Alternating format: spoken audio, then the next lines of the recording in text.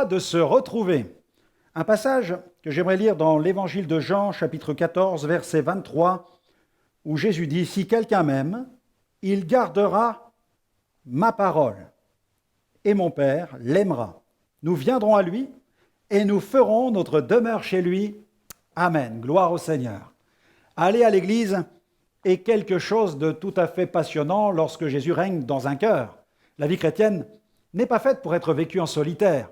Fréquenter une église locale fait partie du programme de Dieu pour une personne qui vient de découvrir les enseignements du Christ.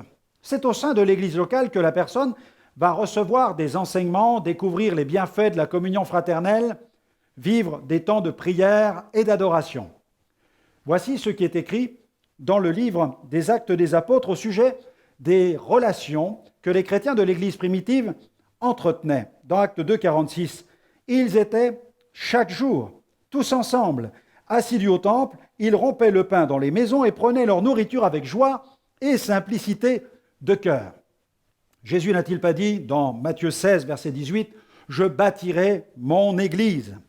L'Église universelle, elle est composée des croyants passés des ténèbres à la lumière grâce à la nouvelle naissance, c'est-à-dire au moyen d'une rencontre personnelle avec Jésus-Christ. Les chrétiens sont des créatures nouvelles, libres de leurs péchés, réconciliés avec Dieu, en paix. La Bible dit, et c'est Paul qui le déclare dans la 2e aux Corinthiens, chapitre 5, verset 17, « Si quelqu'un est en Christ, il est une nouvelle créature. Les choses anciennes sont passées, voici toutes choses sont devenues nouvelles. » Le chrétien authentique se distingue par une vie d'obéissance au Seigneur. Dans le Nouveau Testament, les apôtres réunissaient les chrétiens afin de fortifier leur foi, les encourager, les enseigner, les conduire à prier, à chanter, etc. Le mot d'ordre des premiers chrétiens était « tous ensemble ». Lorsque Paul écrivait aux églises locales, il n'hésitait pas à employer le terme « d'église de Dieu ». Il dit même à un moment, Paul, appelé à être apôtre de Jésus-Christ par la volonté de Dieu, à l'église de Dieu qui est à Corinthe. 1 Corinthiens, chapitre 1, versets 1 à 2. Jésus lui-même observa cette règle car il avait coutume de se rendre régulièrement dans un lieu de culte. Les apôtres ont suivi son exemple. Jésus se rendit à Nazareth, c'est ce que nous dit la Bible.